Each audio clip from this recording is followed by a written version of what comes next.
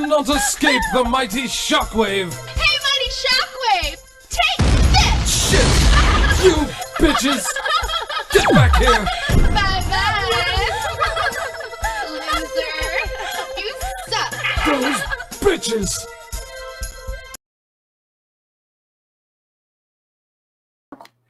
All right. Good morning or evening, wherever the hell you are in the world.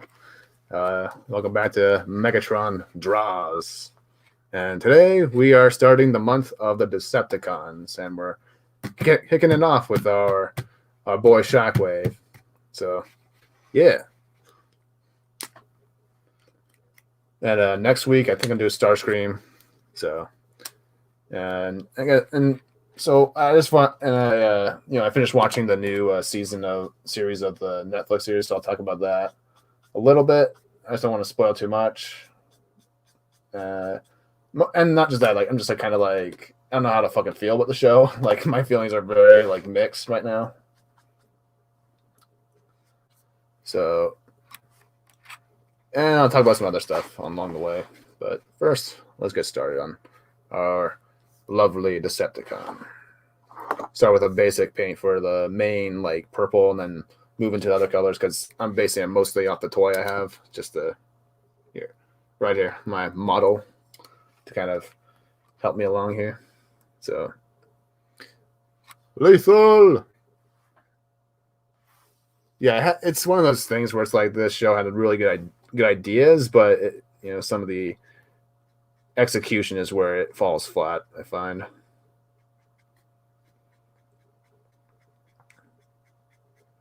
The reason my feelings are pretty mixed right now. I'm not too sure how far you are.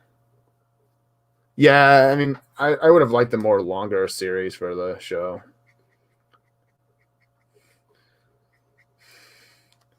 How far along are you in the series, Lethal? Because I don't want to spoil anything what happens at the end, so I'm not sure how far you are. Because it gets really fucking trippy at the end. I was like, what the? The ending was kind of very anticlimactic. I was like, what the? Because it starts out really good. Okay, you start you finish. Yeah, it starts out really good at the end, but then it kind of just falls flat because it's just because they build up there's gonna be this big fight between Prime and Megatron versus Galvatron, Nemesis Prime. And then it's just it just ends. This is the Transformers Jedi's ghosts or whatever, Force ghosts come in and save the day. It's what? Okay. I was kind of hoping for a big showdown, but that's cool. Hey, Grumpy old Ninja. Yeah. I like how they did Unicron, though. I like how they're setting up Unicron, as this big looming threat and whatnot. I really like Starscream's role in the series, here he's kind of realizing that his, that he's, his treachery towards Megatron is kind of not getting him anywhere, and he's realizing, oh wait, there's something bigger out there, and he needs to really buckle down and shit. No Silverbolt or Tarantula. Yeah. On the roads, I'll be lurking. Nice.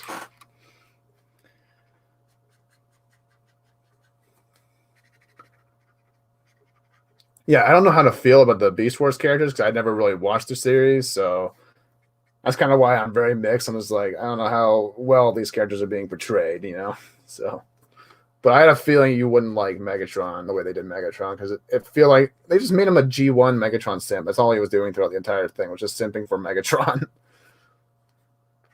So I don't know if that was ever Beast Wars Megatron, but I highly doubt it.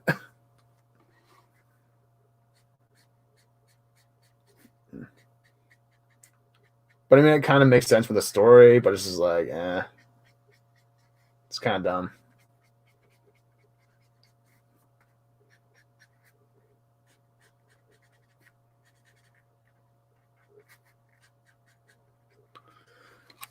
Hey, Keely Cho.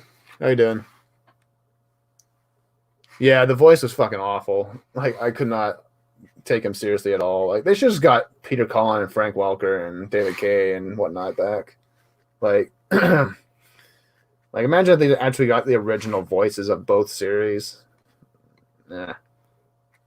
Big missed opportunity. But what can you do?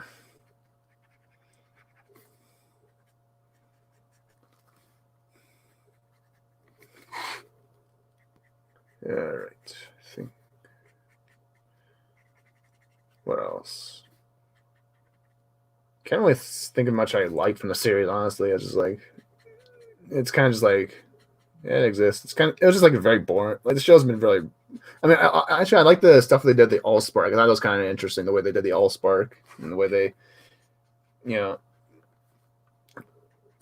like just like some of the ideas they were coming up with for the Allspark to have like life and stuff like that, and the way it affected Transformers and stuff. I love the part where Starscream hallucinates having the crown and what the cape from the '86 movie. That was fucking awesome. I was just like, oh. It's like my crown's gone. I would say that Starscream is definitely the best character in this season. Yeah, the most interesting stuff going on.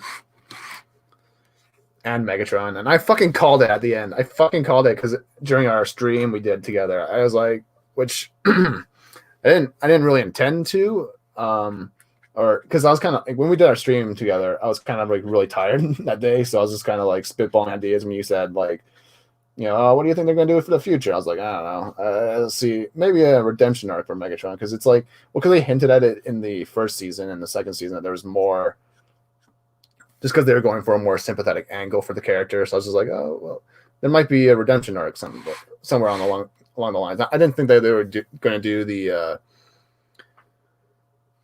I wasn't sure they were going to go for a redemption arc this soon, but it seems like what they were going for, especially in season 2, where Alita's like, "Yo, you could join us" and stuff like that. So, and because the series borrows a lot from the IDW. Books. In that version, Megatron became an Autobot in the More Than Meets the Eye series.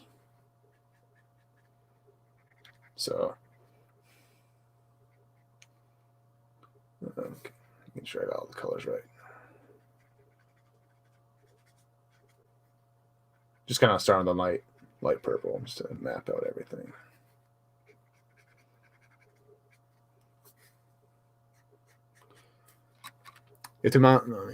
Hey, Bone. How you doing, man?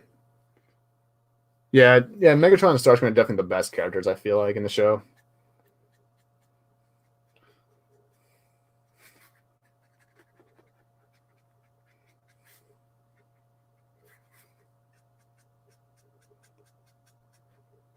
But yeah.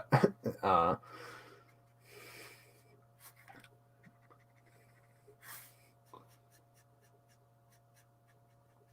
right.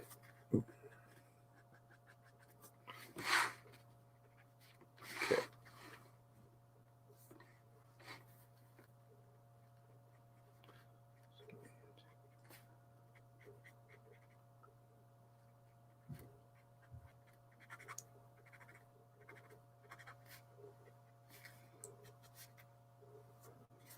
All right. Let's move on to a darker color. Actually, I'm going to get the tubing.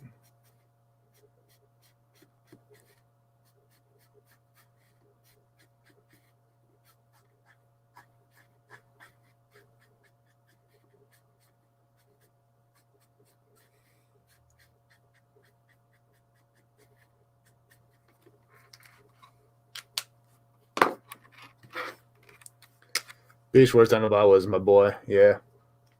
Rhinox. Sweet. Megatron slapping back into his base. Yeah.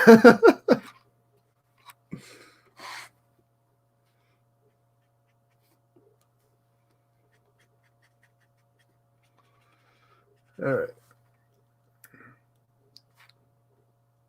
Okay, yeah. I wasn't sure how they were portraying Dinobot, you know. Because, like I said, I'm more of a G1 guy, so wouldn't really know. But I liked his arc. I like that character in that arc. So.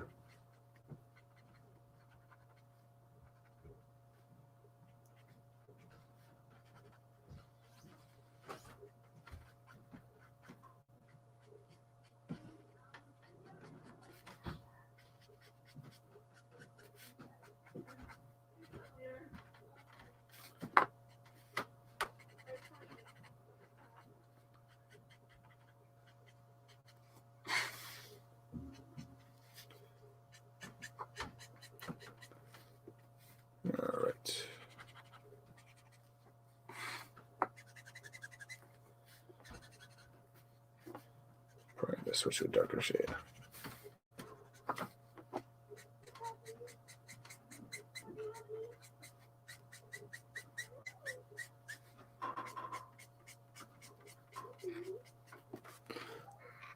All right, how you doing? Yeah, Megatron is probably the best character in the whole series. They did a lot of really interesting stuff with the character, especially in season 2, is where things really, I was like, oh shit, this is actually really. So I actually really like that element of seeing like a different like aspect of Decepticons, like we saw, like, you know, because they always focus on the warrior class, but they never really focus on the servant classes of Decepticons in most stories. And that was like one of the scenes I just really felt bad, because when they had to shut down the operation there, the factory, and those Decepticons were just nice. Like, they're all just like kind and shit. And they all admired Megatron, and then he just shuts their asses down because they had to reserve power for the Nemesis.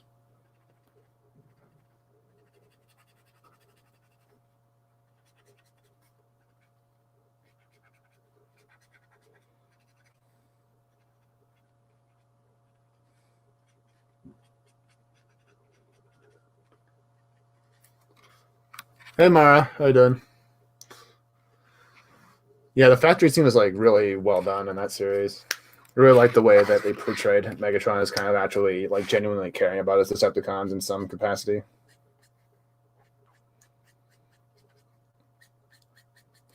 Really interesting approach to the character.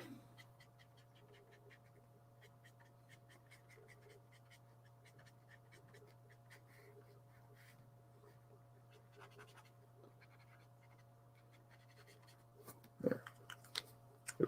Let's get the head going. Wow. Yeah, it's working next week is the start of my vacation. Nice.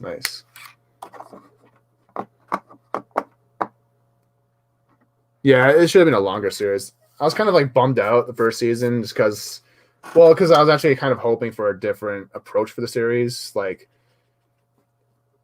when I first heard the announcement, I was like, oh wait, maybe they're gonna, like, I thought that the show was originally supposed to be about the beginnings of the war. Like, I thought that would have been a really cool way to approach, because we already kind of got the end of the war with the video games, but I was kind of hoping this series would actually explore the very beginning of the war, like go into what actually went down between Prime and Megatron to start the war and whatnot. That's why I was kind of like a little bit bummed out when I first saw it, but it grew on me a little bit. But like, I was kind of hoping that we would actually see like the very beginnings of the war, like see where all these different characters were at different points before the war actually broke out and stuff. But I'm fine with what we got. It's all right. I don't really say it's a perfect show. Obviously, you know, I have a lot of issues with a lot of the characters and characterizations.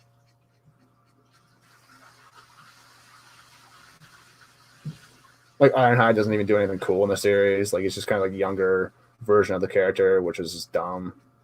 It's like,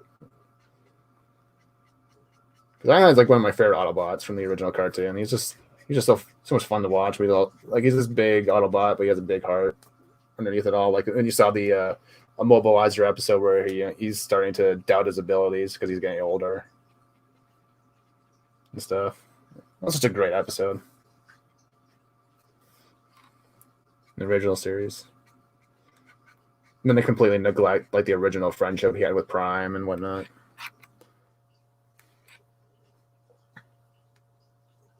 Yeah, that's kind of like the same problem I had with like the Machinima series, where it's like they had a lot of really good ideas, but they didn't really follow through with them, and didn't really connect as well as it should have. You know, didn't really feel like it was as tightly written or executed, rather. You know.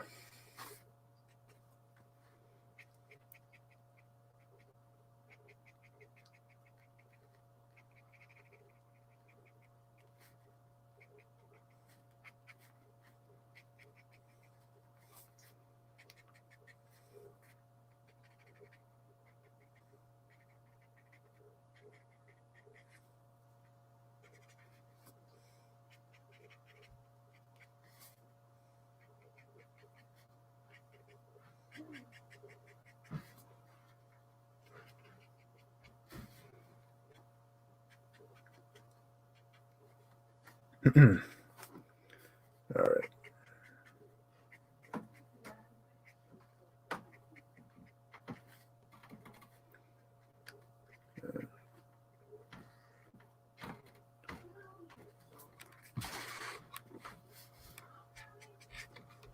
There wasn't much of it but in Cyberverse there was some short scenes of Cyber.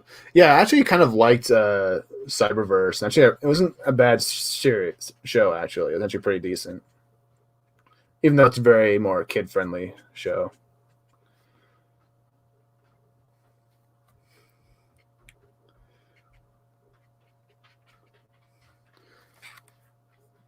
Yeah. Yeah, well, you know what? Alita won. She was a bitch, anyways. So,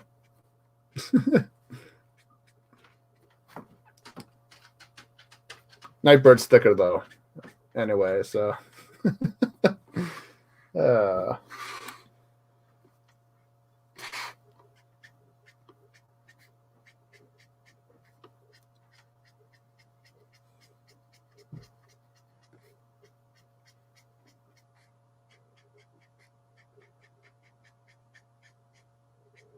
I'm too Deceptic. I'm too good for her, anyways.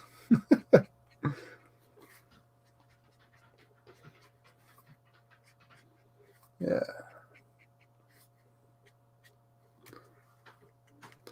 Stunning and Brave Shockwave. Oh yeah. You know what? I might add that later.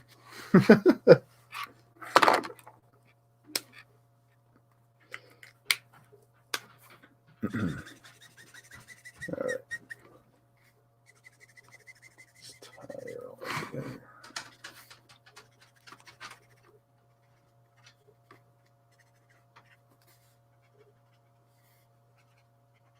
Oop. Fucker. All right, I'll have to fix that later. Oh wait.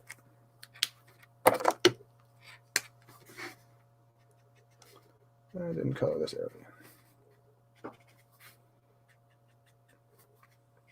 But yeah, Shockwave's one of my favorite Decepticons. He's just so fucking cool. He had a really fucking awesome story in Transformers Animated, actually, where he was like posing as one of the Primes, which the Primes were very different the way they portrayed them in Transformers Animated, but it was a really cool storyline that they did with him in that series. What up, Brightest Day? How you doing, man? Jack of all casuals, how is it going? Yeah, Netflix stuff is okay. It's just, I don't know, I feel like they should have done a little bit better job developing things. Shockwave, I do long dong title holder. Hey Kip, how you doing, man? So Shockwave turned to Abby. I hope not.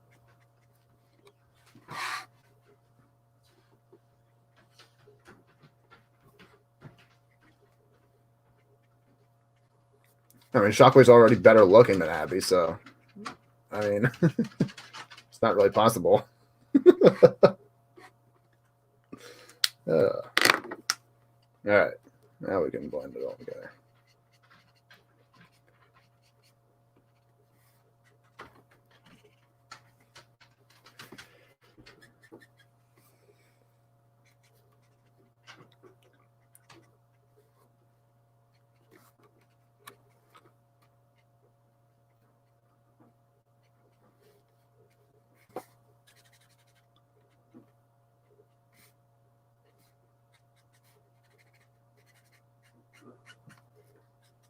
All right.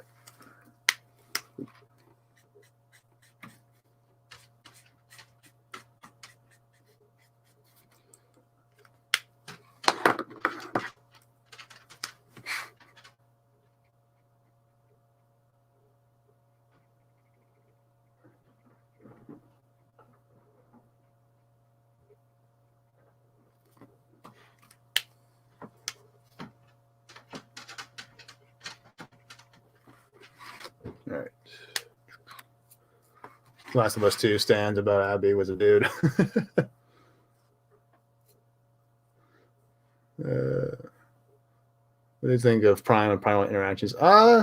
They were okay, I guess. I don't really know what to think, just because I'm not really well versed on Beast Wars lore. But I actually like the interaction they had in the Prime Wars trilogy, where at the very end you have actually a really cool scene where Prime's like handing out the torch to Optimus Prime at the very end. And this is why I was kind of like, this is what kind of like, because I originally thought that the Prime Wars trilogy was going to be connecting to the Netflix series, because the Netflix series was being made by the same people who wrote the Prime Wars trilogy. And in that version, Megatron actually meets, and the reason why, and this is kind of like the reason why I kind of thought there might be a redemption arc going forward, was because in that version, Megatron did redeem himself at the end and stuff like that in the Machinima series. So. Here, let's grab a brighter color just to make it a little bit more vibrant. Not that one. And in that series, they actually meet Optimus Primal in season 3. So but that's kind of why it doesn't really connect as much, because they'd have to do a lot of like retconning in order to make it work. So. Because in that series, Megatron it's like the first time he's meeting him. It's not like a reunion or anything like that. So that's why it doesn't really fit anymore.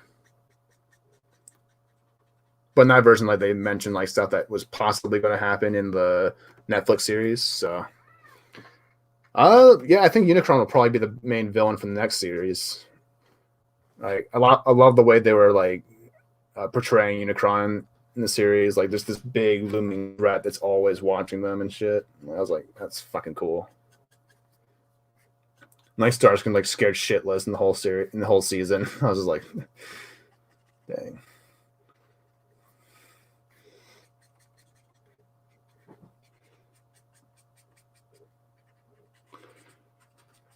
And there's a lot of things they actually kind of hinted at, maybe a multiverse type of storyline. So like maybe like a Shattered Glass series would be really cool. Like an entire season with a Shattered Glass version of the characters.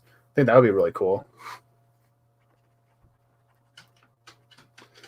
Because Shattered Glass was basically where it was an alternate universe. It was basically a Transformers take on the alternate universes and stuff like that. But it's not what you would think. Like it's not about like the Autobot. Like for example, Megatron's not an Autobot. He's still a Decepticon, but the Decepticons in this universe are good. Like they're good. Like they're good guys. Like they're basically a lot of the characters' personalities are completely shifted in the Shattered Glass universe. So the Autobots they're still Autobots, but they're evil. So. Prime is evil. Like I think they made Grimlock. I think they made like Grimlock like an evil genius or something like that. Like it's like that was kind of funny. And then Starscream is like incredibly loyal to Megatron. Like I thought that was kind of cool. But we need new shade purple. Where are you? There you go.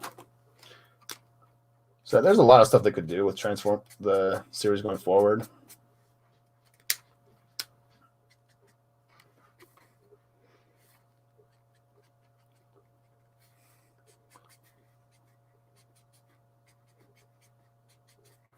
All right. Let's move very light with this shade.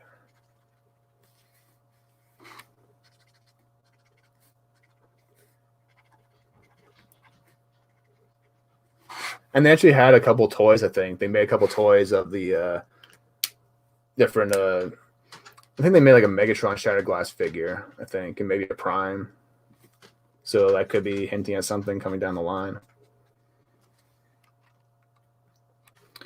Yeah, he's always kind of been a Galactus type character in a lot of the lore. Like for like I don't know, like Unicron's story has been very it changes all the time, like the way they portray the character.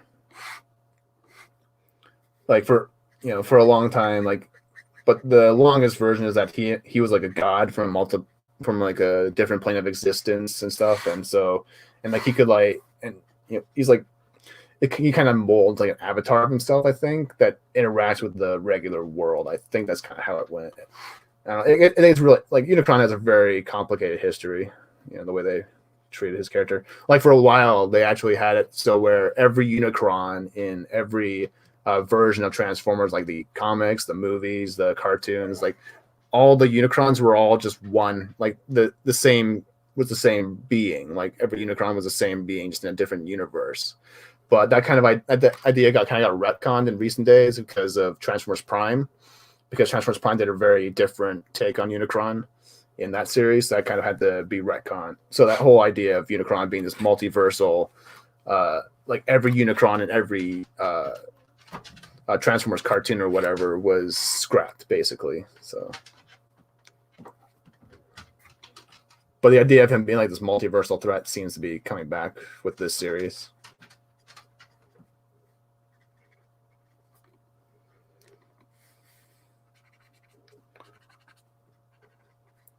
But I'm really interested in seeing Scourge and Cyclonus come back. I hope they really bring those guys back, because I really want to see the original band back together from the season 3 and season 4.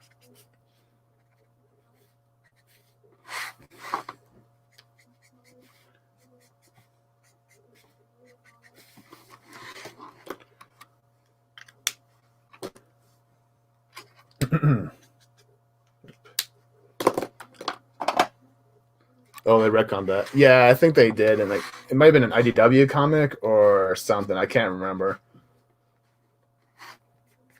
I don't know if it was IDW, but I cannot tell you for the life of me. It gets fucking complicated. Which, I mean, Transformers has always been fucking complicated because they always retcon things or change things.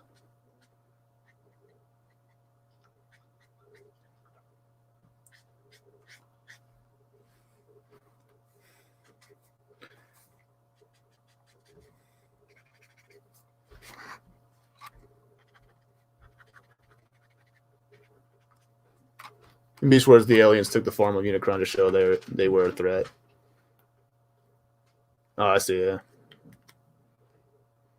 All right.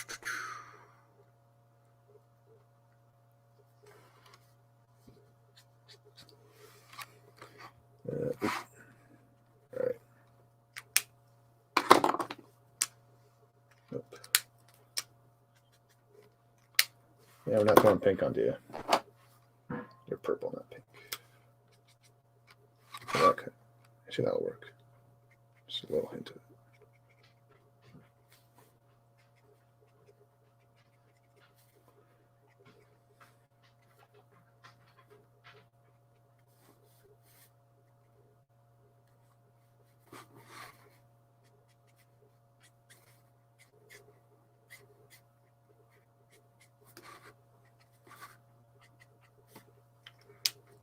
Okay. Let's throw some gray on top. Actually, just throw this guy on. Just add a bit of a chrome effect.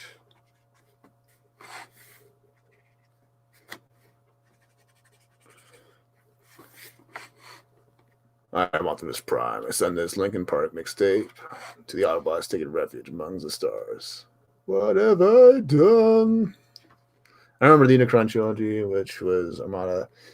Yeah. The Armada trilogy. I never really got into the Unicron trilogy. Just couldn't really get into it. It's like they had a bunch of like it basically took the original characters and just put their names onto completely different designed robots. Like at one point I was like, wait, that's Wheeljack? That's Blur? That's Cliffjumper? What's going on here? It's like I don't know. I just didn't really dig it. Although I did like, and they actually kind of borrow a lot of Starscream's elements from that series for the Netflix series a little bit in the whole redemption arc he was going on. Because in the Armada, I think I only watched Armada. That's the only series I watched from the. And I just didn't really get into it, but I liked but Starscream was actually the best character in that whole series for me. Because they actually had him become an Autobot and whatnot and become a good guy. But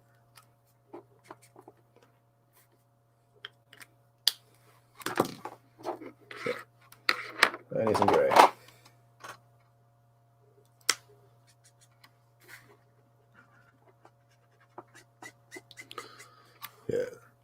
Yeah, the Cybertron games are fucking awesome.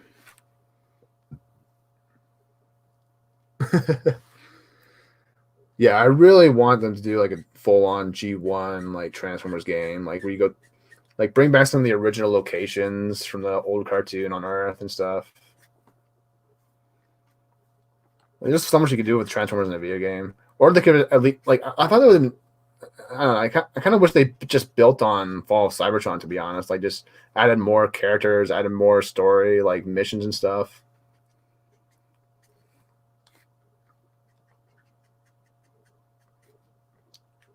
But like I don't know what happened to it. Well, I mean, I think like Hasbro kind of like pulled the plug in Activision, so you can't really play online anymore, which bums me the fuck out. So I used to wreck fucking kids when I played that game. I used to shit on kids all the time in that fucking game, dude.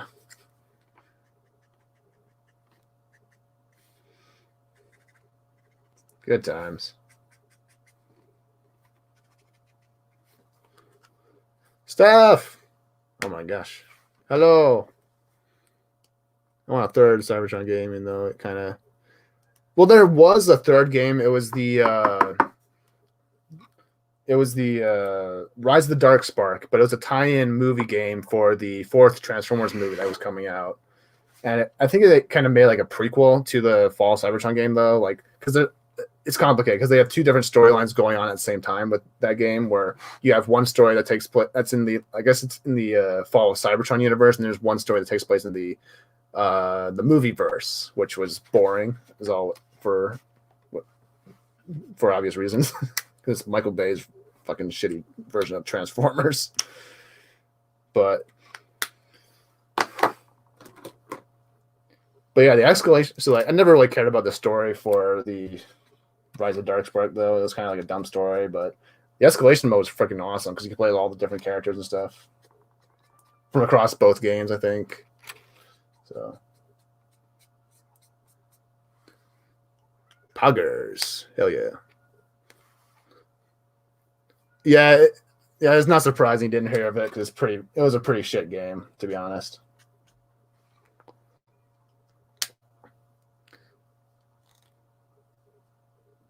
Oh yeah, like the Grimlock level was fucking awesome. Dinoball level.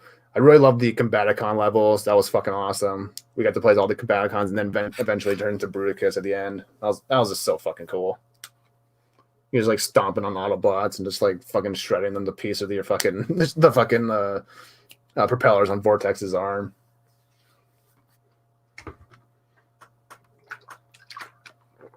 Oh, and I also really like the Starscream level where you can actually get the crown. Like, because if you go up to the towers and stuff when you're flying in the level, you can actually find this shrine where you can find the coronation crown from the '86 movie. So that was really fucking awesome.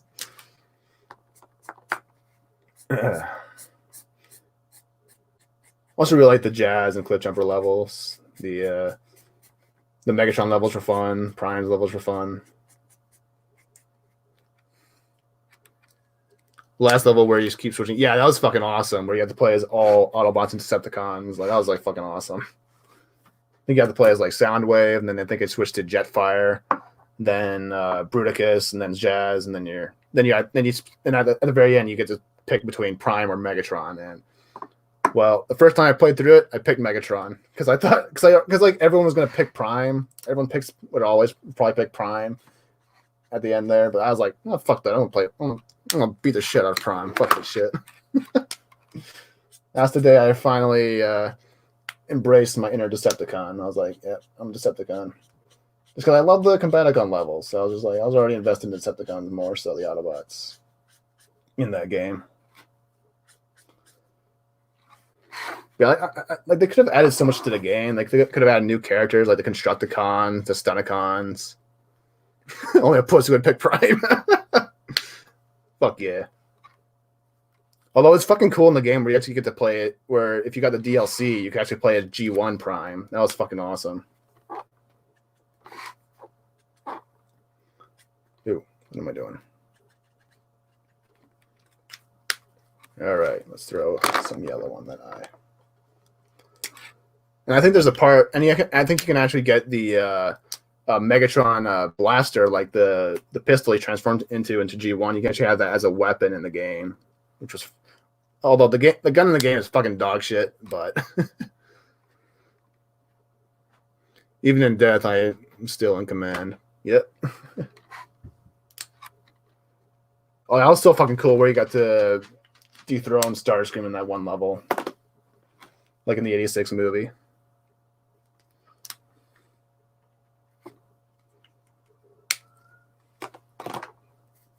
And I think there's a part in the Megatron level where Megatron's walking into this like little base or whatever, and you just see like little Rumble beating the shit out of of an Autobot. And he's just like, "No mercy, Rumble." It's so funny watching like little Rumble like beat the shit out of a big ass Autobot. It's like, and then all the Decepticons around him are just like cheering him on.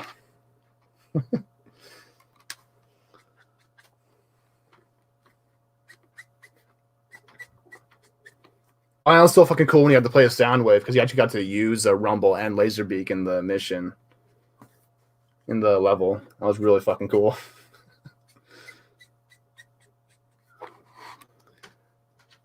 This is the very place I proved my plays. Yeah, you said something like that in the game. I should play through the game. Maybe I should do a gaming stream where I play through all the 2 Cybertron games. We should do that one day. So I really love playing those games because you can still play the story mode. You just can't play online.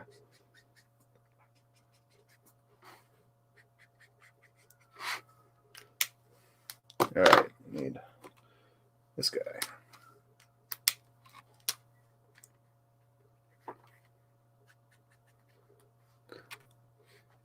Yeah, that was fucking hilarious. He's just like cheering him on.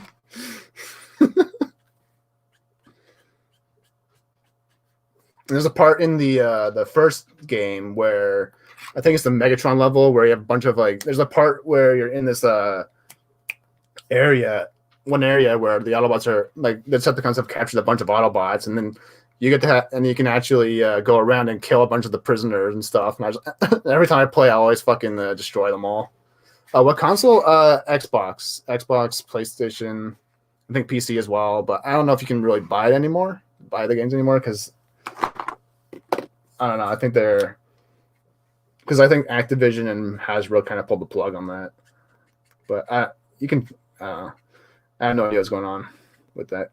But there's a bunch of like really good levels, and especially in the Fall War for Cybertron, because that was a really cool way to do. Because you got to actually play as like 3 different Decepticons or Autobots in the levels, and you can actually play online originally. Like you could actually have like you can play actually the story co-op, but it got fucking annoying if you have a shitty ass teammate who just gets killed on purpose or some shit. But it was a cool concept. Just kind of the execution it depends on your team. It's probably better to play. It's probably better to play that with friends rather than online. But only secondhand because Hasbro and Activision. Yeah, exactly. Yeah, I think that's what happened. Yeah, online was fucking awesome in those games. I remember in the first game, you could actually, if you played as a scientist, you could actually change your colors to where, like if you're a Decepticon, you could actually change your colors to like Autobot colors and blend in camouflage and like trick the enemy team into thinking you're an Autobot or something. That was really fucking cool.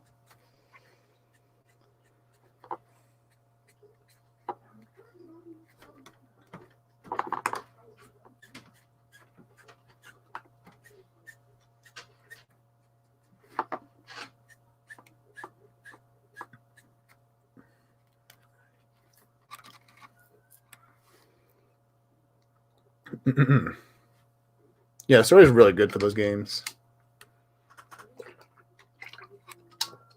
I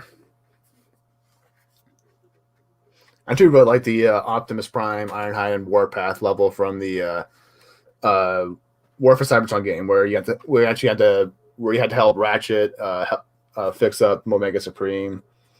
Then you had to go to the Earth's core, into the Cybertron's core to do that thing with the fucking Dark Energon and whatnot. That was a fun level. That one in. But the only level I don't like in the first game was the Aerial Bots level. I can never get fucking past it. Like I had to actually play online in order to fucking beat that fucking level because I always got fucking killed at certain points. And Mega Supreme was a fucking bitch to fucking kill in that game.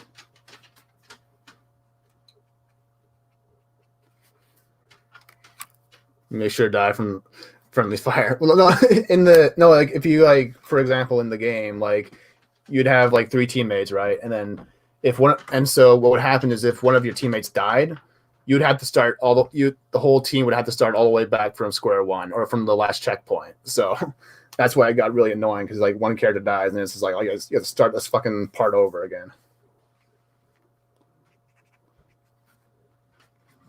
Although there is one part in the Fall of Cybertron game where you can actually kill your own teammates if you played the escalation. It was the map with Starscream, Shockwave, Soundwave, and Megatron. And there's a part in the map where there's like a big like combustion, like this engine room or whatever the fuck. And if you press the button, it actually activates a big like flaming whatever into the area. And if you trick your teammates, and if you get your teammates in the right position, you can actually burn them to death and trap them in that. That's what I did all the fucking time when I played that game. I always trapped them and got them killed, and just burn them alive while watching. But yeah, and Dastardly, how you doing, man? Ooh, I should zoom out. I'm not even paying attention. But yeah, I had so many good memories playing that game, those games. But like, that's the only time you can actually kill your own teammates if you like fucking trap them in that fucking room. That reveal trailer for the trailers for the fucking Fall Cybertron games were fucking awesome.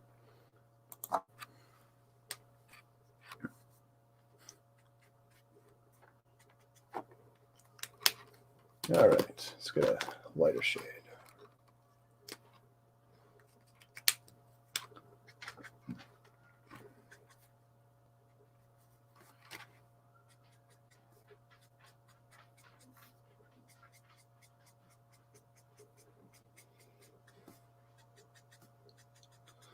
All right.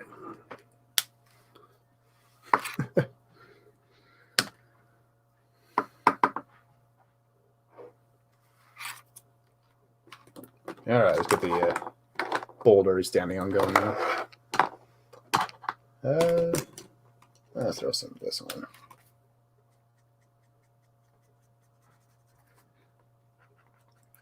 It's kind of just like a Cybertron battle setting. Not going to do anything too drastic for the background. I'm just going to have a cloudy sky.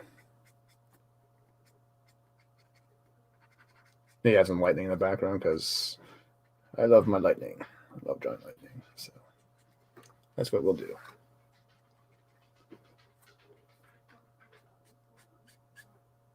But yeah, I gotta do a gaming stream at some point and play those games. Only problem is I don't know if my computer can handle a gaming stream. Just because it's not really built for that type of thing, but I don't know, we can try and make it work. Aw, thanks, Steph. I'm sure you'll get to it. Yeah. I'm fucking tired. You seem talented enough. You did the little, what's it called? Emotes for Lethal. Anyone can be an artist.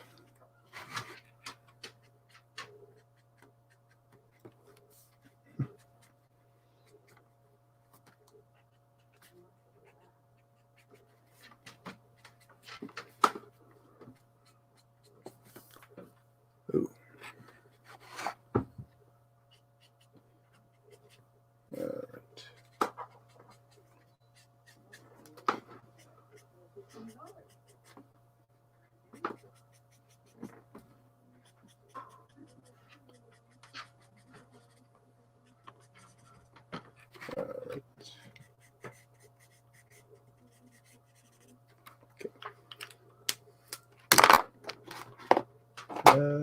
Let's go. Similar tones.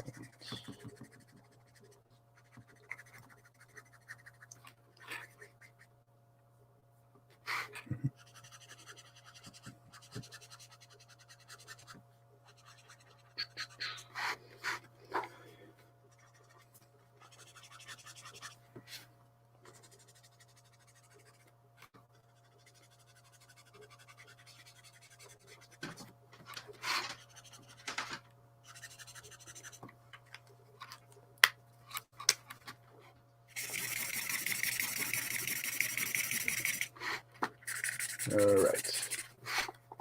Let's see.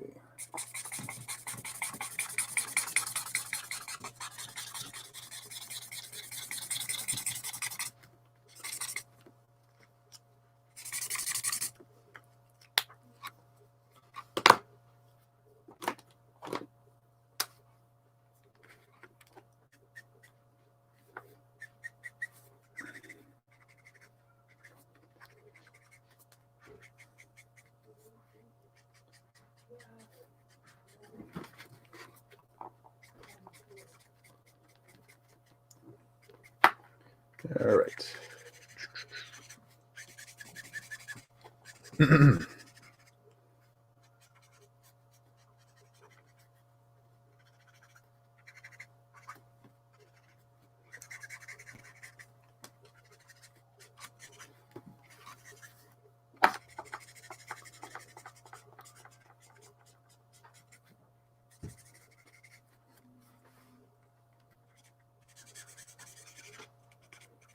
All right.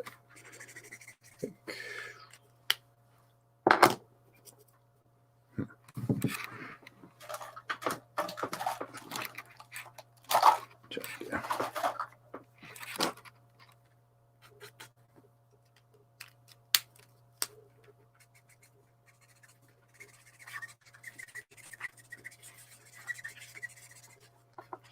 Just a hint of blue.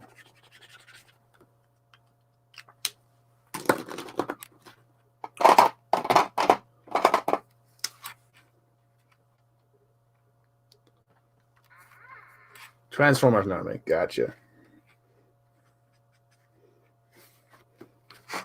Yeah, it's not an easy series to get into because there's a lot of different shows and different continuities.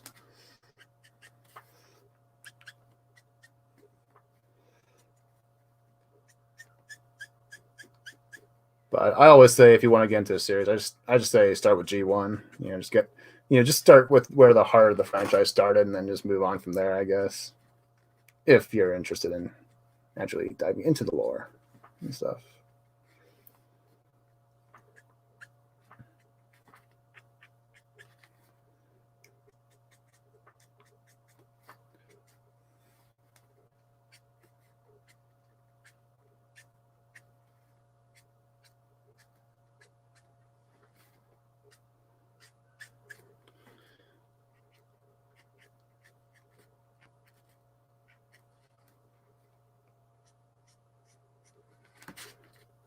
Ooh, Dinobot. Sure. Well, not this month because I'm doing all Decepticons from G1 era. But yeah, we could do a Dinobot one day. Sure.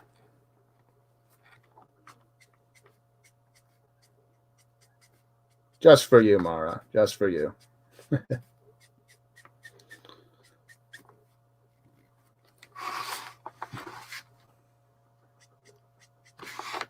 Ooh, I need to zoom out. G1, the movie, go from there. Yeah, exactly. Who's your favorite? Ooh.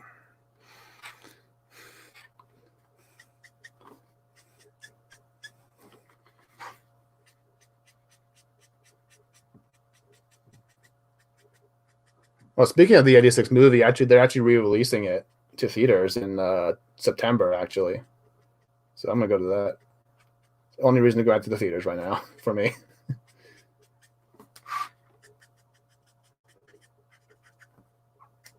Because nothing else interests me at the moment.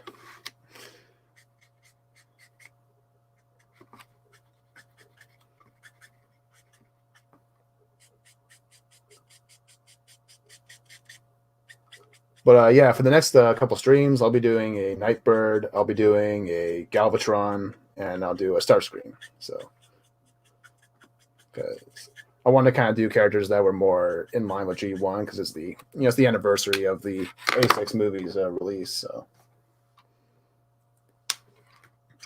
which was actually a lot of deleted scenes that just, or not deleted scenes, but deleted storyboards that just didn't make the final cut of the film. Like they were supposed to show off a bunch of characters that were supposed to die, and like I think there's a bunch of Autobots. There's like a whole list of Autobots that were supposed to die, but they just didn't make the cut or whatnot, or just killed off screen. Oh yeah. Hold on, I'll show off the Starscream I'm working on. Hold up.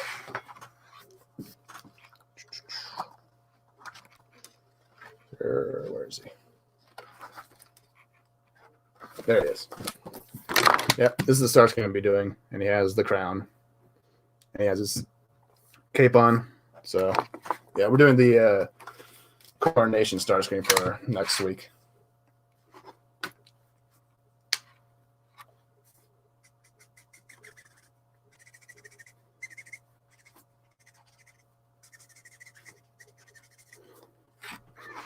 That was rather dramatic when I was a wee lad. Yeah, that was really crazy when yeah, like, but there's a bunch of Autobots that just got cut out. Like deaths that were supposed to happen just didn't. Like, there's a part where Megatron like kills like, yeah, he's king for 5 seconds. Like he was supposed to kill like Mirage. I think he's supposed to kill Trailbreaker.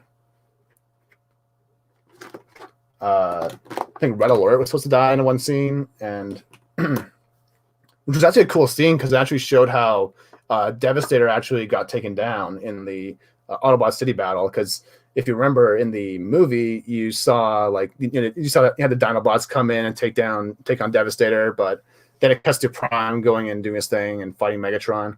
But after that, when the fight's over, you see just the Constructicons like already disassembled and running off and stuff. But in the original storyboards, they actually show how Ultra Magnus and some of the Autobots took down Devastator, which is kind of cool.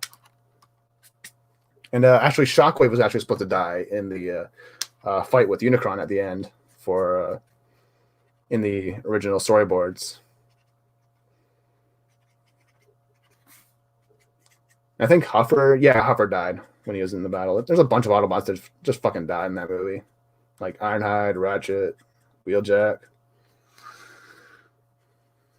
Yeah, Hot Rod is a little bit of a shithead, but I ain't complaining. I mean, I got my victory against Prime, so.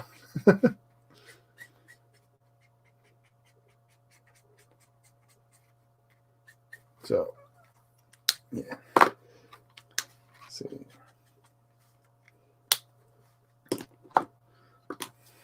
And so it's so fucking stupid. That's why I couldn't really get into season 3 and 4, just because all it was like, all I remember was like Rodimus was just constantly moping around how, oh, I'm not as good as Prime or some shit. I was just like, no shit, you're not. No shit, you're not. You're just fucking dog shit. He's a whiny little bitch.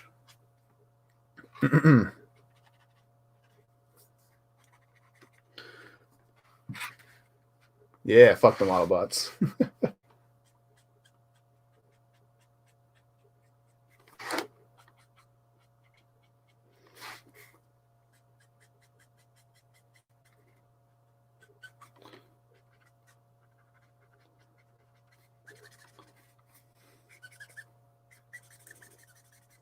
All right. Let's see. Trying to tighten up Shockwave's colors here. Just to give a bit more definition.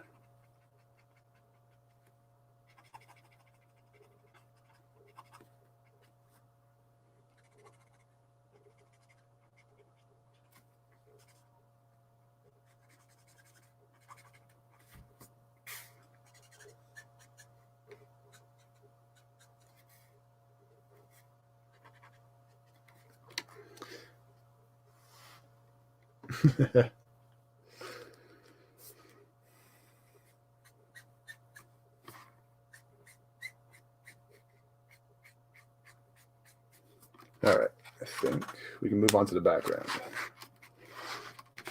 So,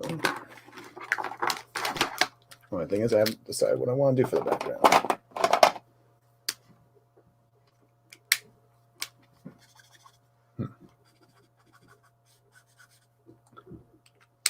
Okay.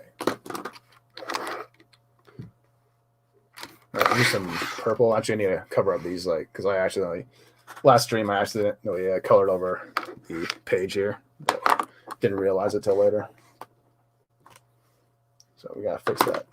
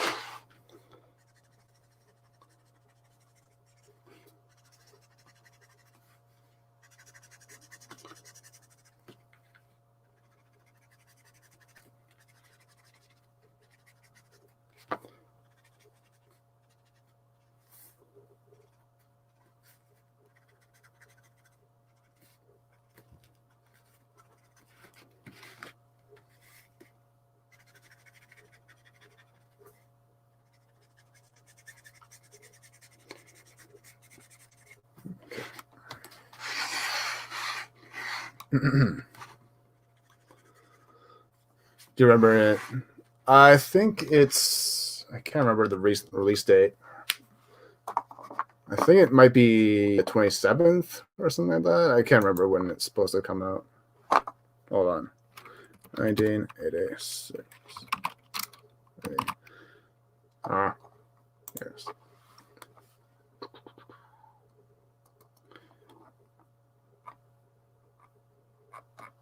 Hold on. It's supposed to come out, I think.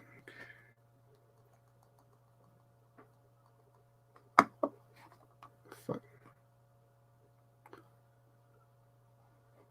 Huh. Looks like.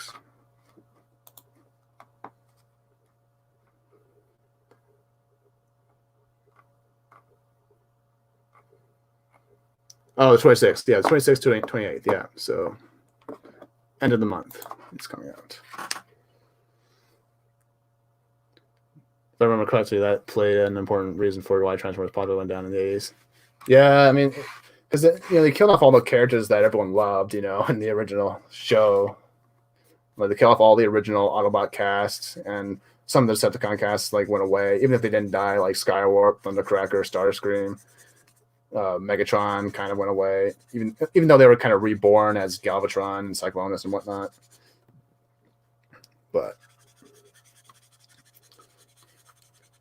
the characters they created were really fantastic. Like Ultra Magnus was fucking dope, Art was dope, Cup was dope, Springer was dope, Galvatron, all of them. It's just that they fucking killed off all the characters we liked. It's like they killed off Wheeljet, they killed off Windcharger, they killed Prowl and Ratchet and all of them.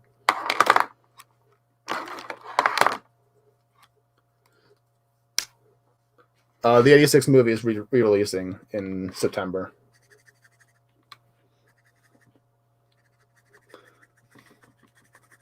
Because the 35th anniversary of the movie, and on the August 8th, I think, is the actual anniversary date. They're just doing September for whatever reason.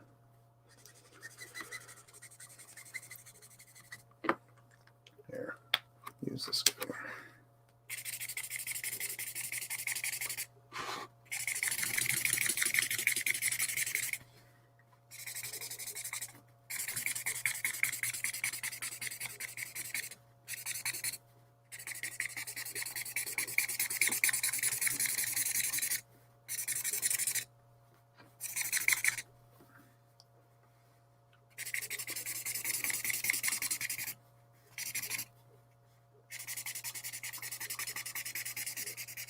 Actually, kind of perfect. The 86 movies anniversary is actually on a Sunday next week, so that's kind of cool. So, what the fuck are you doing? Closing my tab. Come back to me. Oh, there we go. Hopefully, it's not a limited release. Yeah. Well, I think it's only for like a couple days. I think so.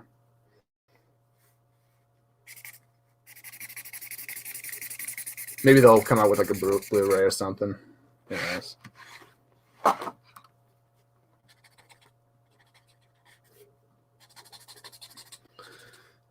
Well, that was Hasbro's decision. New characters means new toys. Yeah, I mean the new characters were fucking cool. You know, it's just like it's like why can we have the new characters with the old characters? I don't understand that. You know, but like that was like before they realized that they had something there with the Transformers franchise where they realized the impact that the Optimus Prime's death had on kids and stuff. So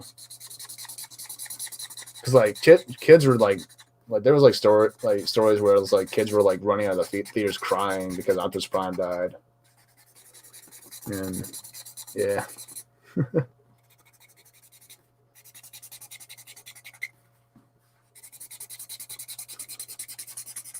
The characters were not just toys. They were icons. They were heroes. Whatnot.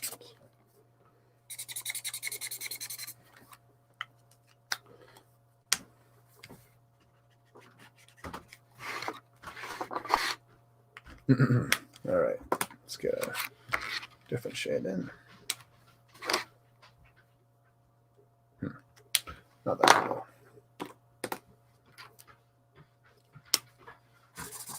Not that one either. Let's see. 1, 2. See. Nope.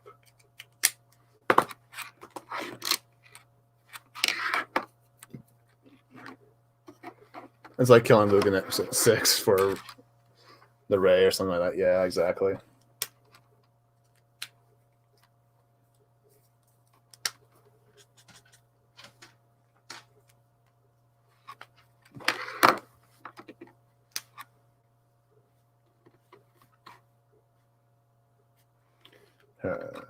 What to do?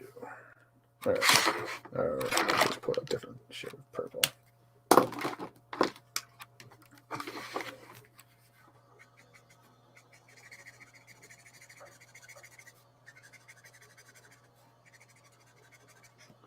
Just to cover up our past mistakes.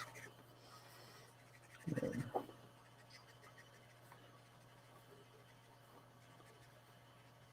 think I had a hint of yellow. I think, yeah, because yellow and purple would look really good together. So let's do that. Or maybe a green, maybe. It's like a light green.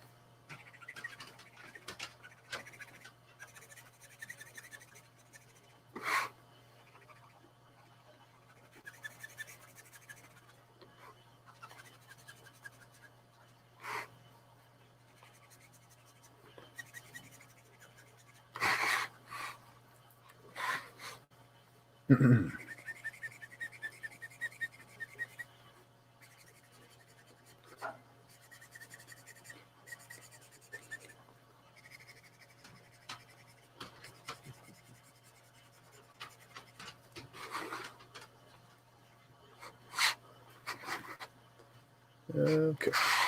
Let's see.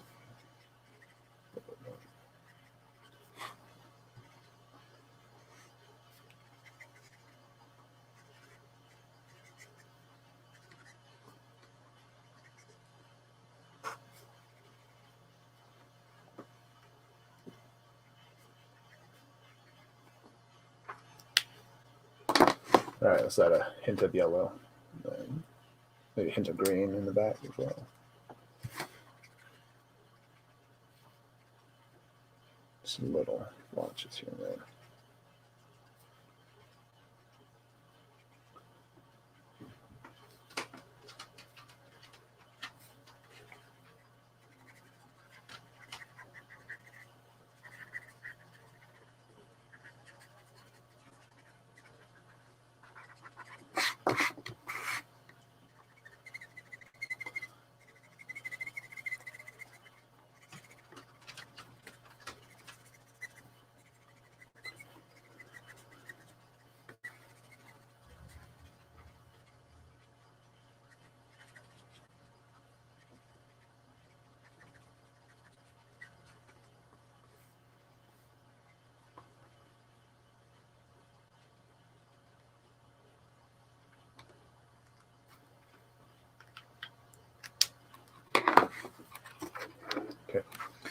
Let's pull some green.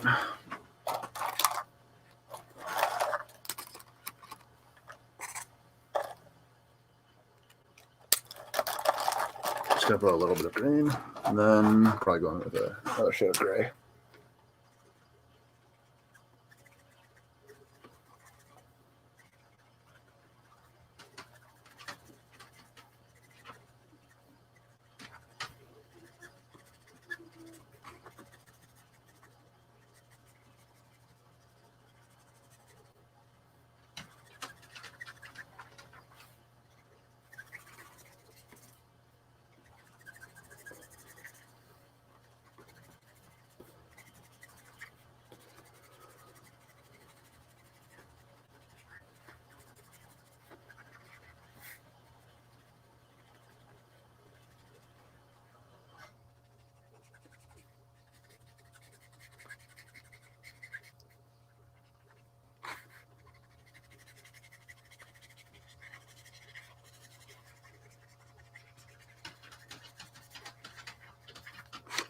All right, so I'm sure that warm gray might actually be better.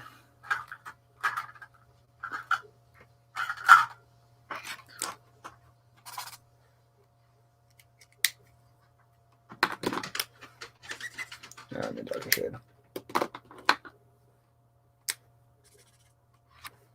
No, not that kind.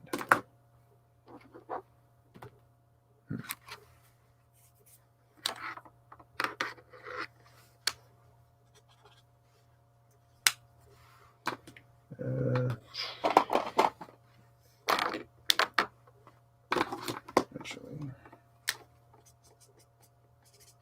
that might work.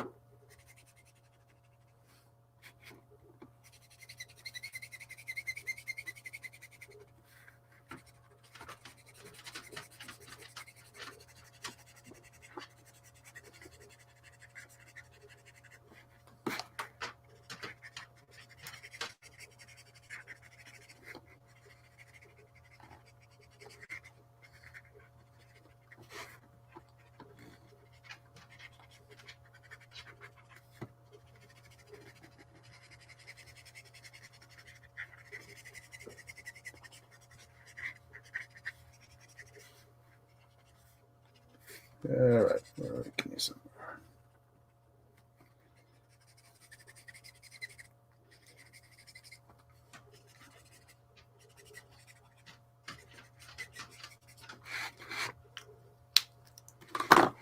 All right, now it's tied all together with one gray, and that should be able to. That should work.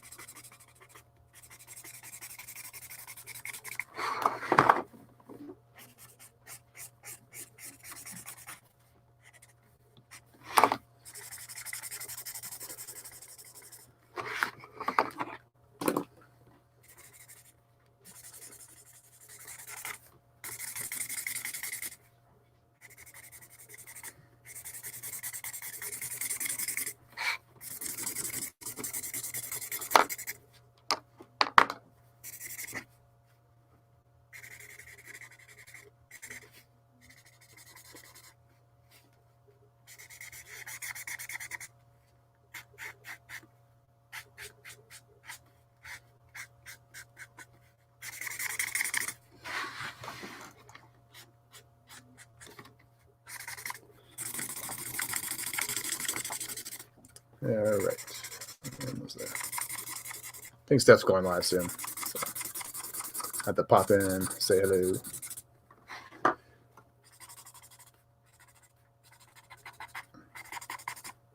Give her a little raid.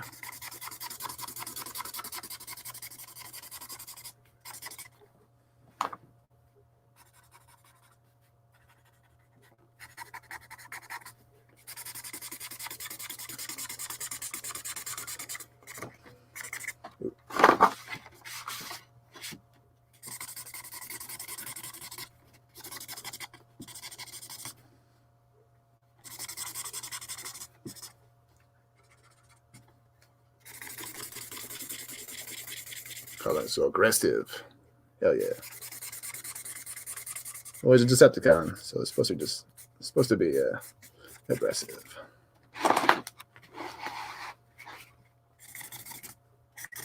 It's kind of inspired by some of the way they would color the backgrounds in the Cybertron games, where they had like all these different like shades of colors and whatnot. I thought it was kind of cool. Gave it a bit more personality.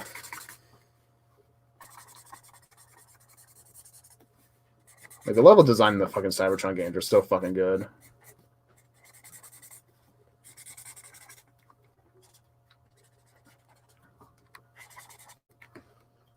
All right.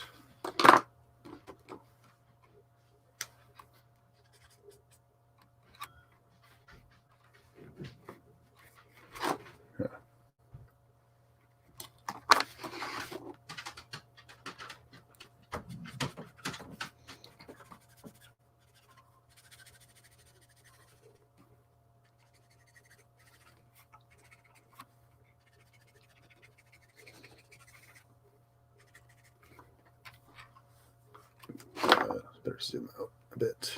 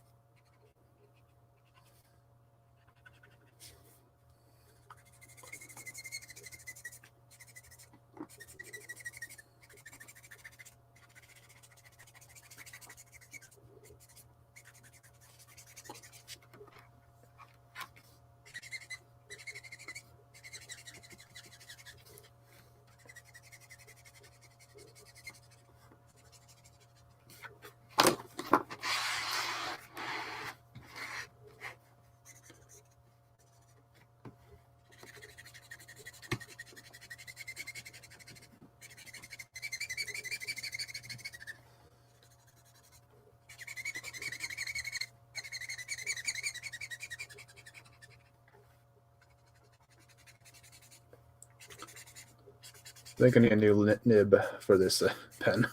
Fucking use this one way too much, or not enough.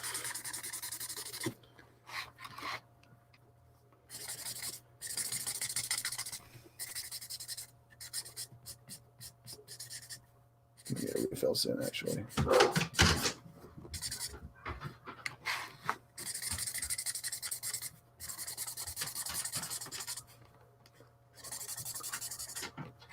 Badass. Hell yeah. All right. I think we're getting there. Maybe I'll put a hint of red. I'll put a little hint of red.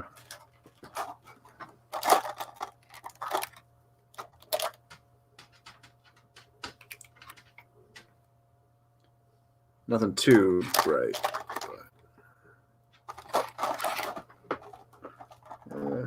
That should work.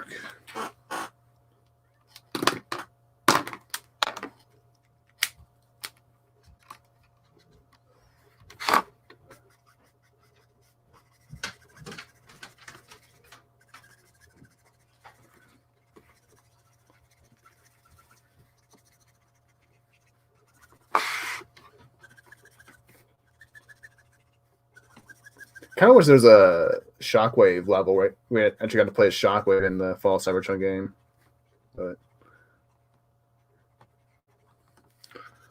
Well, you could actually in the escalation mode, but in like the story, I kind of wish there was like a story mission for him. But that'd been kind of cool. Like Shockwave's just one of the coolest Decepticons out there. He's one of the coolest designs. In the Marvel comics, he's like fucking totally based. Like he could actually take on Megatron in those comics. Like it was a very different take on the character from the Marvel comics was not the same character from the cartoon, because in cartoon he was a lot more loyal to Megatron, but in the Marvel comics he was a bit more of a. It was kind of like Starscream in the sense that he was scheming against Megatron, but in a different way. Like he schemed against Megatron because he saw that Megatron's way of doing things wasn't working for the Decepticon cause and whatnot. And he operates based on cold logic. Like if he believes that Megatron's absence is what's going to help win the war with the Autobots, he's going to take over as leader. And he almost did. And he did for a little while. He actually usurped Megatron for a bit.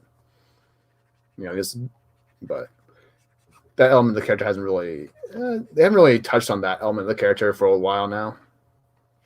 Yeah, he was in the third movie, but he was not he was just a big dumb brute in the film. Like he just didn't do anything. He got his ass beat by humans. That happened all the time in the fucking movies, where it's just like the human weapons are actually doing shit to Decepticons and stuff. I was like so fucking annoying.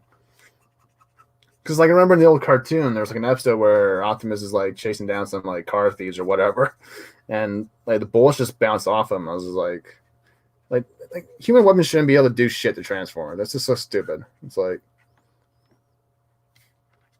but I mean, nukes, sure, but like fucking machine guns shouldn't be able to do anything to fucking Transformers.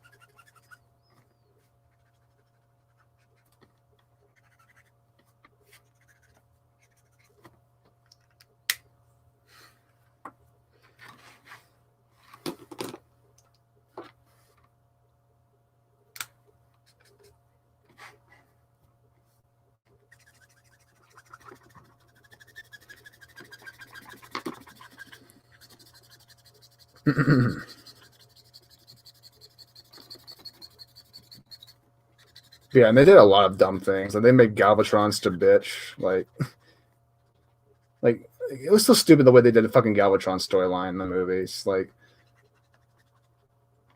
okay, so at the end of the third movie, Megatron gets killed by Prime, which is a stupid scene in of itself. But in the fourth movie, he becomes oh my gosh. Okay, stream was being weird on my end, but it's all good now.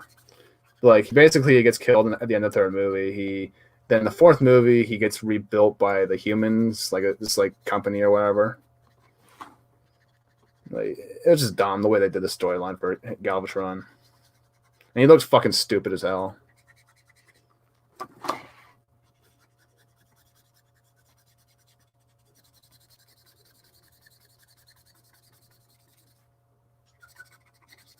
But then, in the fifth movie, he becomes Megatron again. I'm just like, what the fuck happened? Like, you were Galvatron in one movie, now you're fucking Megatron again. It's like, make up your fucking mind, you fucking moron.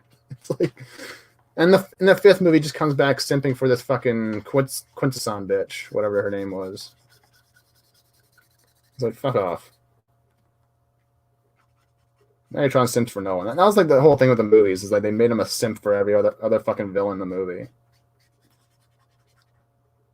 In the second movie, he simps for the fucking Fallen.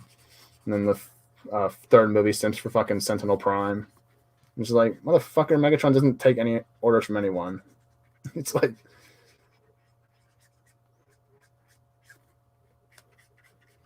do you not watch the 86 movie when he said, I'm commanded by no one? When he's saying that to fucking Unicron, a god-level threat. It's like, Megatron's not afraid to fucking spit in the face of a fucking god-level threat. Alright.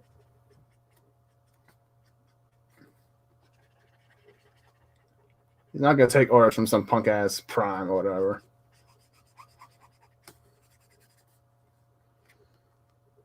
The less that is talked about last night, the better. Exactly. That movie's so fucking garbage. I mean, they all are, but it's like... Yeah.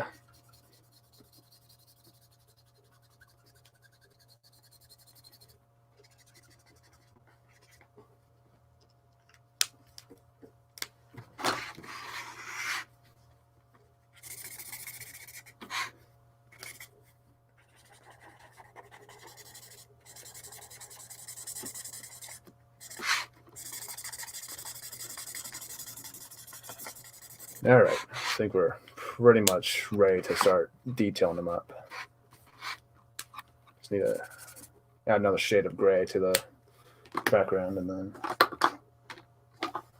need another shade of this. Or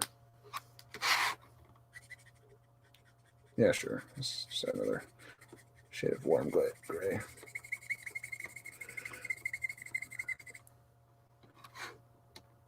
Oh, thanks, man. Thanks, Lethal. I appreciate you. Only good thing about the fourth movie was Dinobots. Yes and no. I mean, the action is fine, but like they didn't even bring back Greg Berger to play Grimlock, and they look stupid. I don't like the designs for the Dinobots in that movie. They don't even talk. It's just like, okay.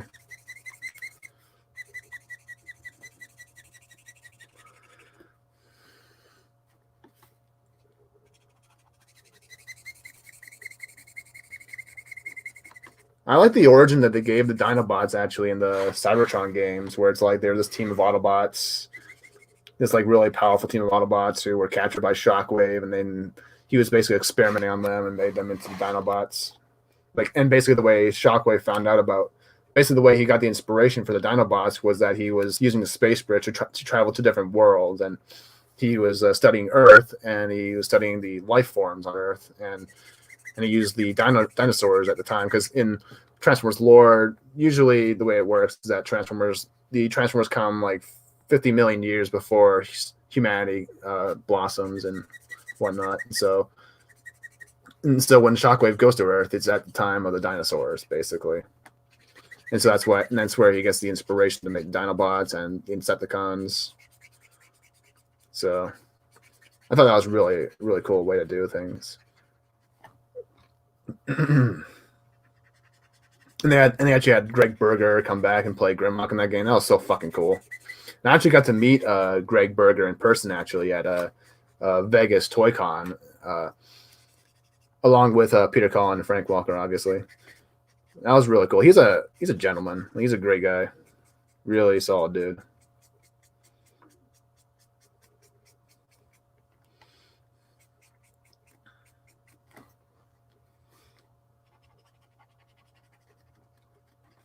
And all three actually own a piece of art that I actually gifted to them when I went there. Yeah, that was like a dream come true. Like just meeting Optimus Prime and the voices of Optimus Prime, Megatron, and Grimlock. It's like life's good. Life can be good sometimes.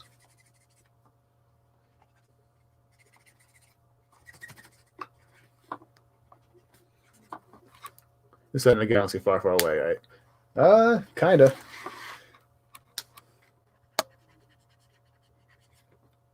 Well, yeah, Cybertron actually is supposed to be like very far away from Earth.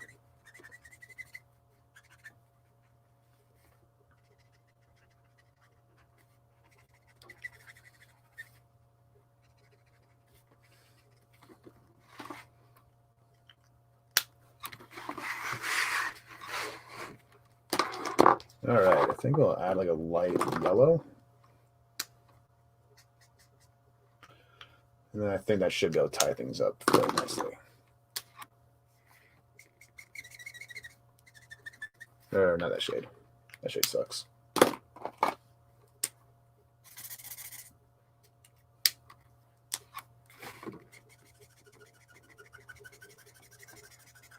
This is kind of how I did the Green Goblin one I did a couple months ago.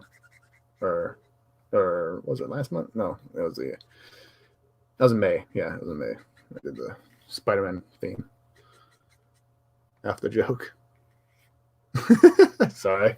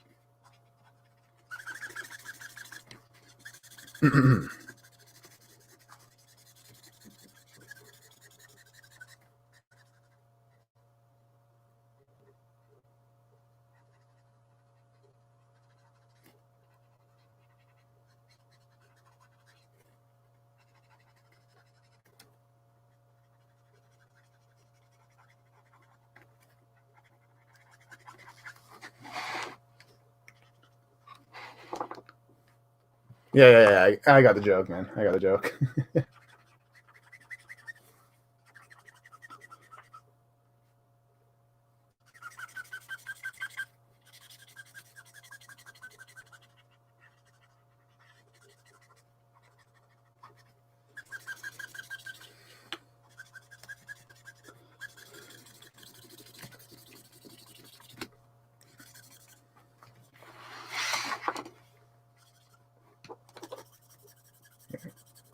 Go over it one more time.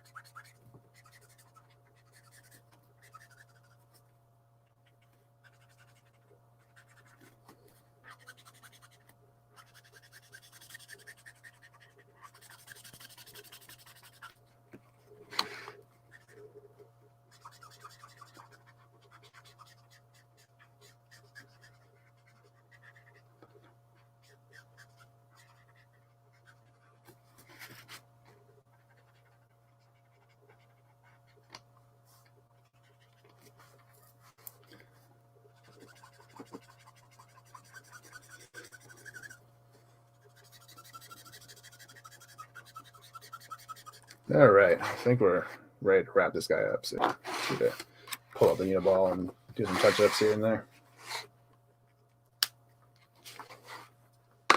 All right. Yeah, let's just touch up some of the grays here, or the.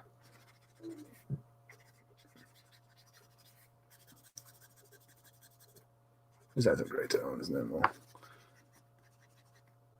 detail them up. First, I better go say hi to Miss Stiff. 69 out of 10. Hell yeah.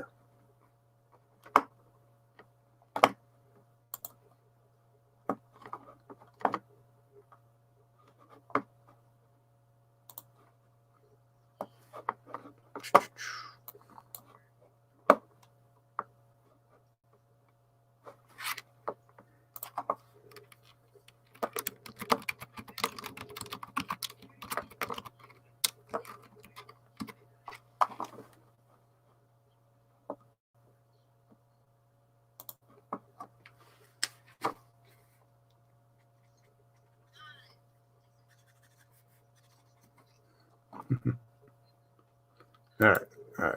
I rated her stream. Sent her a little message. All right.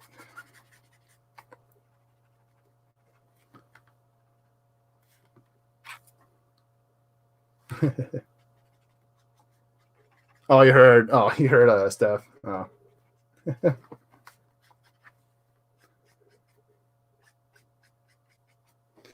Cool. All right, I think we're pretty much ready to wrap this guy up. So add some like highlights and stuff. I'll throw an extra layer of purple on just to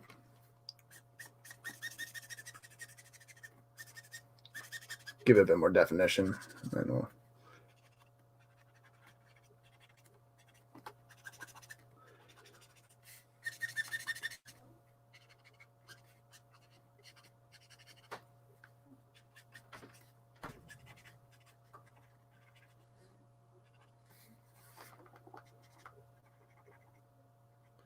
I'm gonna need to darken up actually the eye hole or the sort of the inner shell of the helmet.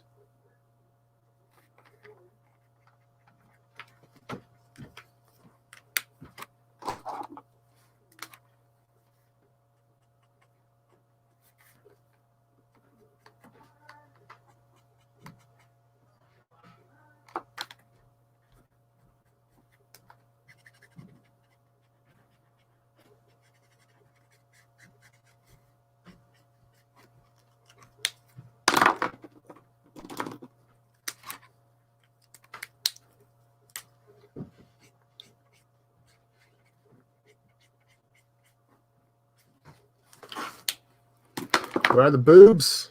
Not here. At least not yet.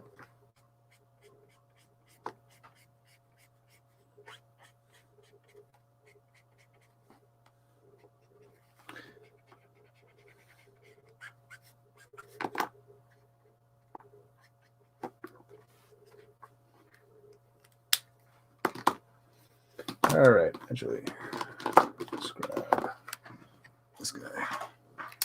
It's got a bit of a darker shade to the eye. There we go. And here's some orange.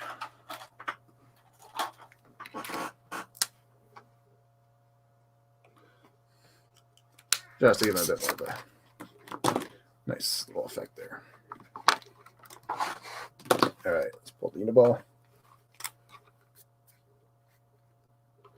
And let's throw some lightning on, because lightning makes things cooler.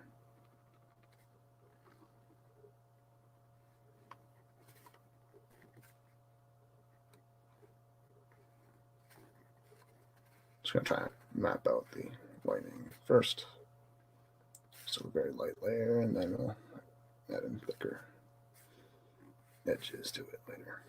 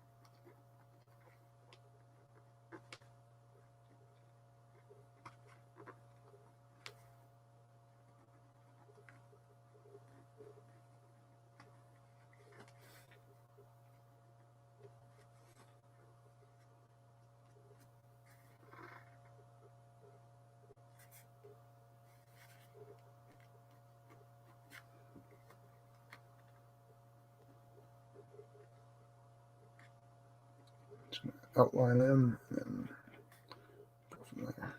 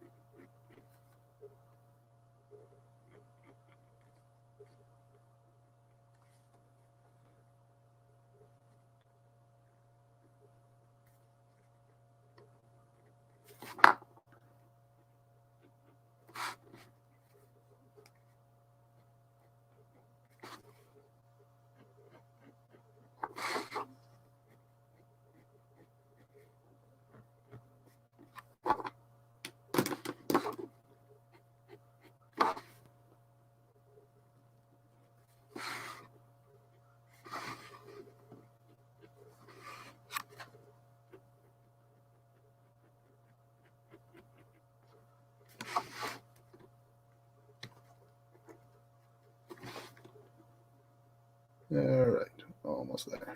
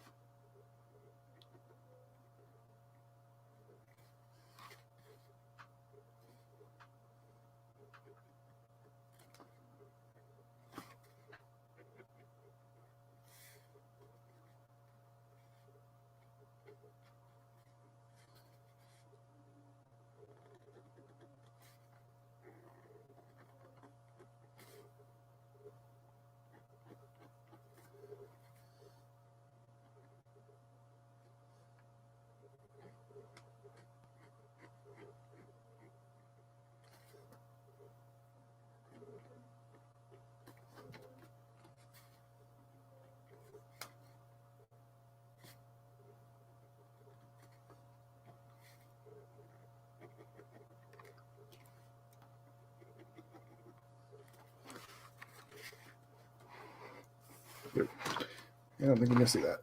Hold on. Let's zoom out.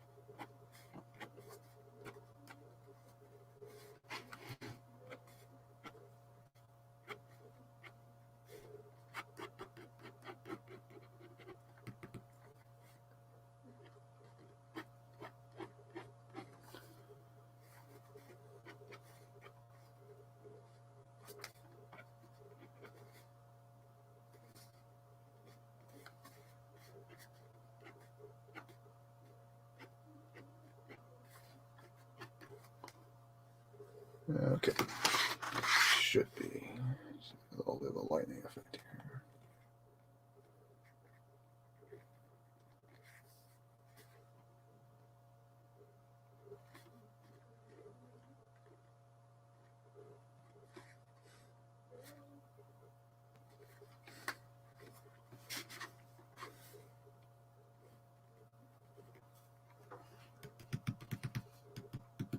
Yeah, let's put like little star textures in the back.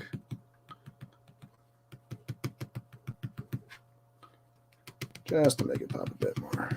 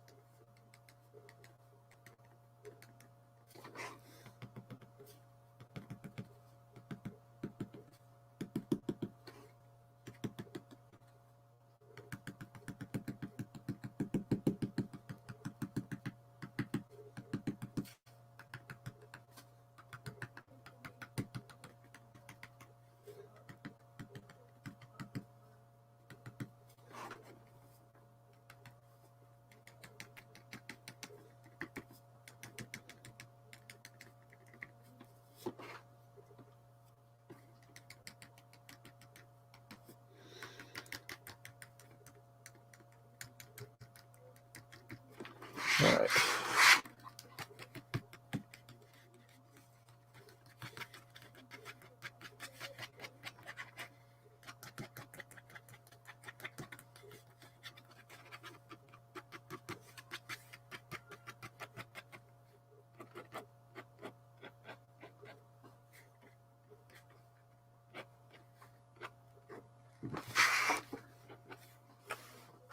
Okay, I think we're pretty much done. Just need to do a couple touch-ups here and there. I need you.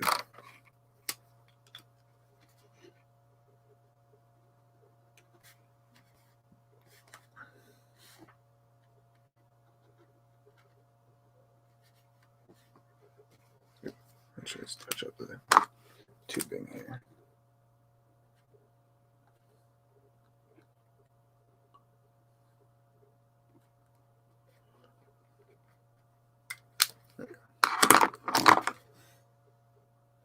Let's sit for a minute.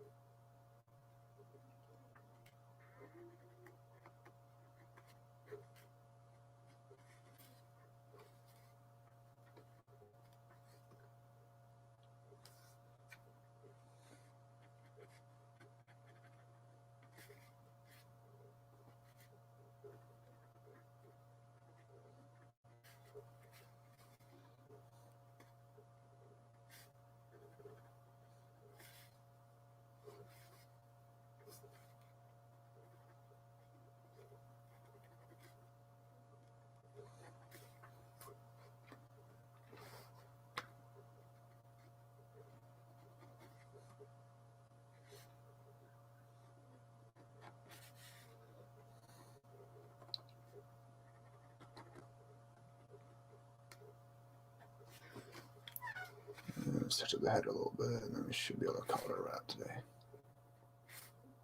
And, there.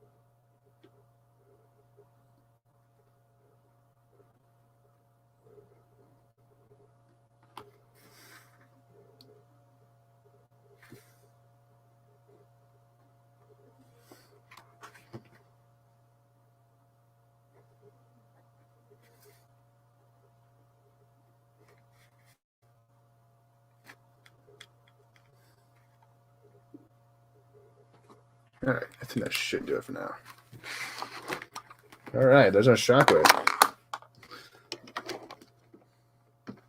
I think I did a pretty good job with this one. All right, I think. Yeah. So, yeah, thanks for coming, everybody. I had a lot of fun with this one, actually. This is a really good stream. Yeah. Getting to draw a really cool character like Shockwave is always fun, so just need to see what should we end this off on. But okay, you know, I think I'll do the coordination one.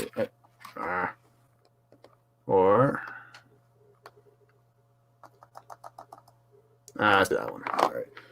Before I go, I'll just leave it off with this. Next weekend we'll be doing Starscream. I'll show off the other ones I'm going to be doing. I kind of have this Nightbird I've been working on.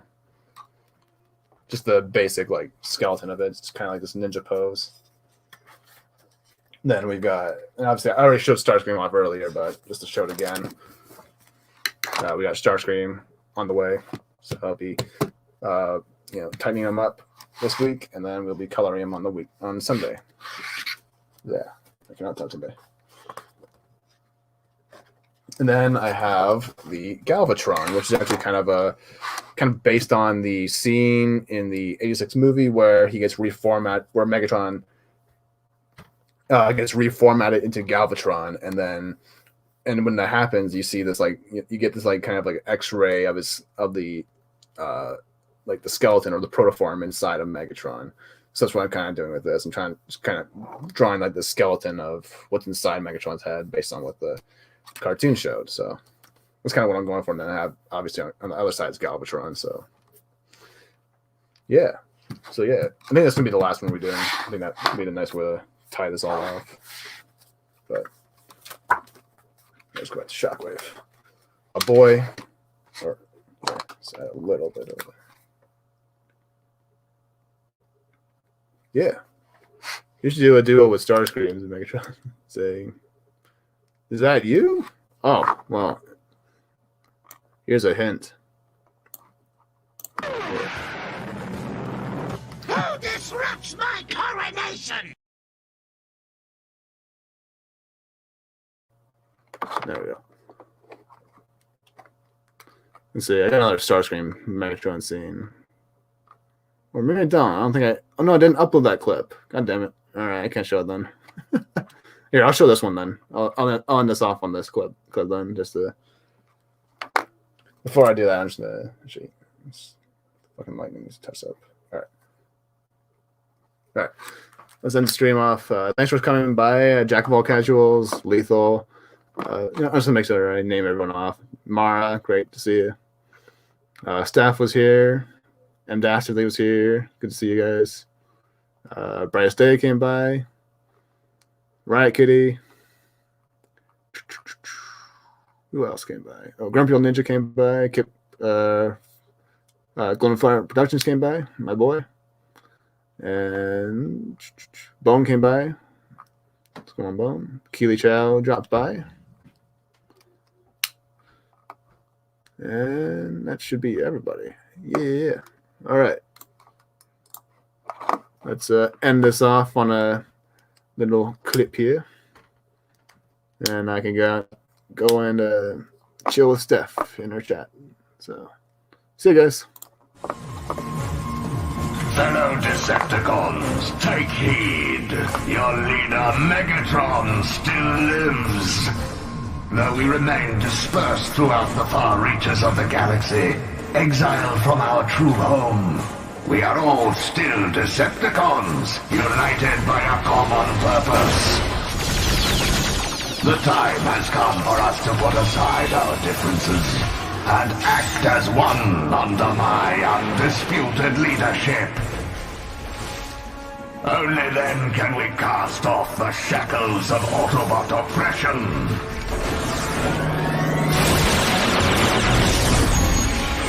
Working together, we can raise up our glorious empire once more and crush all who stand in our way.